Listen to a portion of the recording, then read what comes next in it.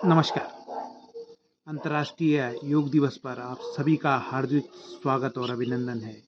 आज 21 जून को अंतर्राष्ट्रीय योग दिवस पूरे विश्व भर के 180 देशों में मनाया जा रहा है। इस ऐतिहासिक उपलब्धि के लिए आप सभी बधाई के पात्र हैं। अब अधिक समय न लेते हुए पिछले सप्ताह भर हमने योग की जो भी क्रियाएं की, उन सभी क्रियाओं को आज इस वीडियो के माध्यम से पुनः रिपीट किया जाएगा। और आप हो सकता है कि यह वीडियो थोड़ा लेंथी हो, थोड़ा लंबा हो, लेकिन आप सभी लोग अपने स्वास्थ्य को ध्यान में रखते हुए कम से कम इस वीडियो को पूरा देखें और उन सभी क्रियाओं को एक साथ करें जो पिछले सप्ताह भर आपको वीडियो के माध्यम से मैंने करवाई। अब सर्वप्रथम समय को व्यर्थ न करते हुए अब हम नेक्स्ट क्रिया की तरफ, जो फर्स्ट क्रिया है उसकी तरफ जाएंगे। सर्वप्रथम आपको उंगली शक्ति विकासक क्रिया का अभ्यास रोजाना करना है। तो उंगली शक्ति विकासक क्रिया में सर्वप्रथम आपने दोनों हाथों को स्ट्रेच करके आगे लाना है। उसके पश्चात मुट्ठी आपने खुली और बंद करनी है और इस राउंड को आपने कम से कम 15 से 20 बार दोहराना है और पूरा स्ट्रेच आपको लाना है दोनों हाथों पर। फुल स्ट्रेच लाके पूरी मुट्ठी बंद करके, और यह क्रिया आपको कम से कम दिन के प्रत्येक दिन आपको 5 से 10 बार दोहरानी है और एक सेट में आपको कम से कम 20 राउंड मुट्ठी खुली और बंद करनी है। इससे आपकी हाथों की उंगलियों की जो शक्ति है वो लौटेगी। लगातार मोबाइल पे काम करके आपको स्ट्रेच या उंगलियों पर पीड़ा होने लगेगी, तो वह अगर आप इस क्रिया को करेंगे, हाथों को वाइब्रेट करेंगे, मुट्ठी को खुली बंद करेंगे, तो वह सारी पीड़ाएं, वो सारी जो स्ट्रेच है, वो जो तनाव है उंगलियों पर, वो ख़त्म होगा। इस प्रकार से यह क्रिया उंगली शक्ति विकासक करके आप कर सकते हैं। उसके पश्चात करतल और करपृष्ठ भी आपने इसमें करना है। यह करतल और यह जो भाग है करपृष्ठ है, तो इसके लिए आपने पूरा नीचे करना है, दोनों हाथों को स्ट्रेच करते हुए फिर ऊपर करना है, फिर नीचे। और यह जो क्रिया हैं ये सभी उम्र के लोगों के लिए हैं, चाहे वे बच्चे हों, चाहे वे महिलाएं हैं, चाहे वे बुजुर्ग हैं। सभी उम्र के बच्चों के लिए यह क्रियाएं हैं।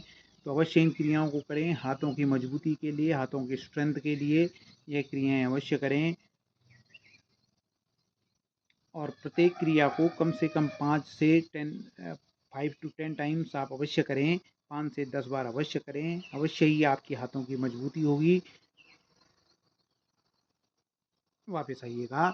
अब नेक्स्ट क्रिया हम करेंगे नेत्र शक्ति विकासक क्रिया, आँखों के लिए, आँखों की मजबूती के लिए। लगातार आँखें भी इस जीवन में, इस आधुनिक समय में मोबाइल और लैपटॉप पर काम करते करते कमज़ोर हो रही हैं, तो आप लोग अवश्य नेत्र शक्ति विकासक क्रिया करिएगा आँखों की मजबूती के लिए। सभी उम्र के लोगों को यह क्रिया करनी है। अपने थंब को पास लाइएगा और अपनी आँखों के बिल्कुल पास लाएं और कम से कम 15 सेकंड तक बिना पलकें बंद किए हुए अपने नेल को देखिएगा। नेत्र के जो गंभीर रोगी हैं, जो अत्यधिक प्लस और माइनस का चश्मा लेते हैं, उन लोगों को यह क्रिया अवॉइड करनी है। बाकी सभी लोग, सभी जन इस क्रिया को करें। अपनी आँखों की मजबूती के लिए इस क्रिया को करेंगे और 15 सेकंड के बाद आँखें बंद करेंगे। कुछ देर जो व्यू, जो आपने अपने नेल को देखा, वो नेल आपकी आंखों में रहेगा। बंद आंखों में उस व्यू को महसूस करें। कम से कम 3 से 5 बार इस क्रिया को रिपीट करेंगे। एक बार और इस क्रिया को करें। पूरी एकाग्रता के साथ अपने लक्ष्य पर, अपना जो आपका टारगेट है उस पर ध्यान एकाग्र कीजिएगा। और जब आपकी आंखों पर स्ट्रेच या तनाव पड़ने लगे तो आंखें बंद कीजिएगा और फिर दोनों हाथों को आपस में रब करके धीरे धीरे अपनी आँखों को मसाज करें दोनों हाथों से। जो गर्माहट आपके हाथों में आएगी, उस गर्माहट को अपनी आँखों पर मसाज करें। यह नेत्र शक्ति विकासक क्रिया। इसके पश्चात आपको कपोल शक्ति विकासक क्रिया करनी है। कपोल अर्थात आपके जो नोज से आपका ईयर का जो भाग है, उसको मजबूत करने के लिए, अगर रिंकल्स, पिंपल्स और त्वचा अगर ढीली पड़ रही है, तो उसके लिए आप कपोल शक्ति विकासक क्रिया करेंगे।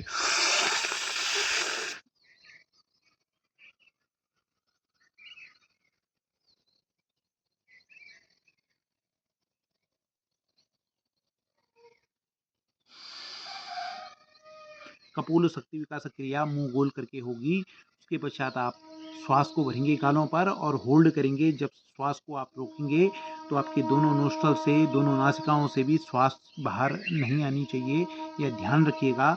यह कपोल शक्ति विकासक आपके रिंकल्स, पिंपल्स और आपकी त्वचा का लूज पड़ रही है तो उसके लिए यह क्रिया होती है। नेक्स्ट क्रिया आती है आपकी ग्रीवा शक्ति विकासक। इसमें आपके अपने ग्रीवा को, जो आपकी गर्दन और आपके गले का जो भाग है, उसको आपने स्ट्रेच करना है। अगर आपको थायराइड, आपको अगर सर्वाइकल, अगर आपकी ये मसल्स, गले की मसल्स वीक हैं, कमज़ोर हैं, जकड़न है, तो आप इस क्रिया को करें।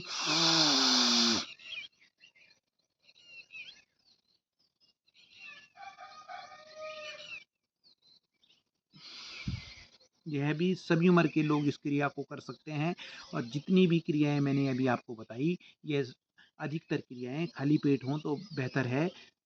सुबह के समय अगर ये क्रियाएं हों तो बेहतर हैं। या आप जब 4 घंटे भोजन करने के 4 या 5 घंटे के पश्चात ही इन क्रियाओं को दोहराएं तो आपको काफ़ी बेनिफिट मिलेंगे, काफ़ी लाभ मिलेंगे। एक बार और इस ग्रीवा शक्ति क्रिया को करें।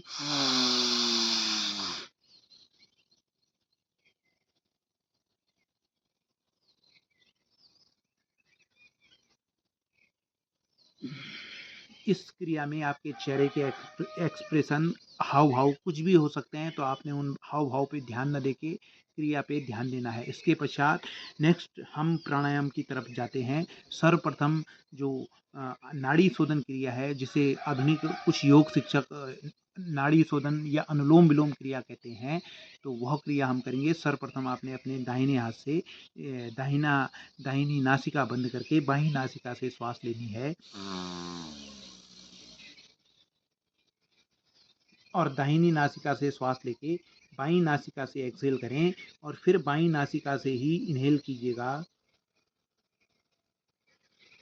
इसके बाद अल्टरनेट, आपने यह क्रिया पहले भी की है और वीडियो के माध्यम से आपने देखा होगा कि अल्टरनेट सांसों का एक नासिका से आप श्वास लेंगे और दूसरी नासिका से आप एक्सहेल करेंगे। यही अनुलोम विलोम क्रिया है।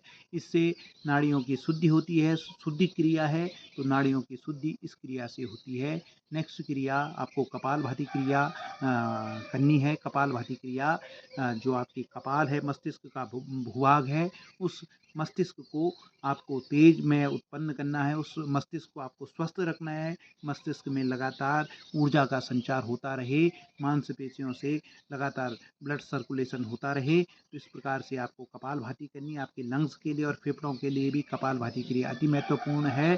कपालभाति क्रिया में आपको केवल और केवल एक्सहेल करना है। इनहेल अपने आप अंदर आएगी, एक्सहेल करते हुए पेट अंदर की तरफ जाएगा और जब आप इनहेल करेंगे तो पेट बाहर की तरफ आएगा।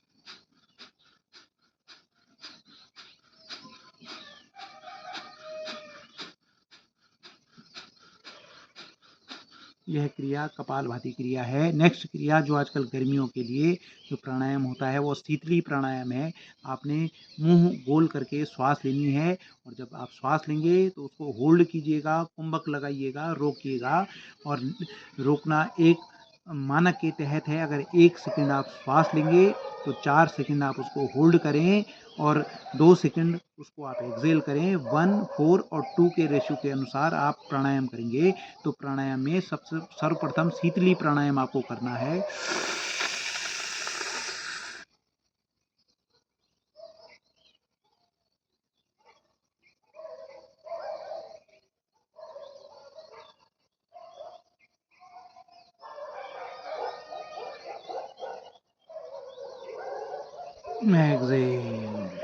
एक्सहेल जब करें तो दोनों नासिकाओं से एक्सहेल होगा। यह 7 क्रियाएं जो आपको मैंने वीडियो के माध्यम से बताई थी, वह क्रियाएं इस पूरे वीडियो में एक सीक्वल वाइज हैं, एक क्रम वाइज हैं। तो आप इन क्रियाओं को अवश्य कीजिएगा। अपने योग के समय को बढ़ाइएगा। इसी तरह की रोचक जानकारियाँ, योग से संबंधित जानकारियों के लिए आप अवश्य फॉलो करें और सब्सक्राइब करें और शेयर करें। आगे भी आपको इस चैनल के माध्यम से योग से संबंधित लगातार जानकारियाँ मिलती रहेंगी। धन्यवाद।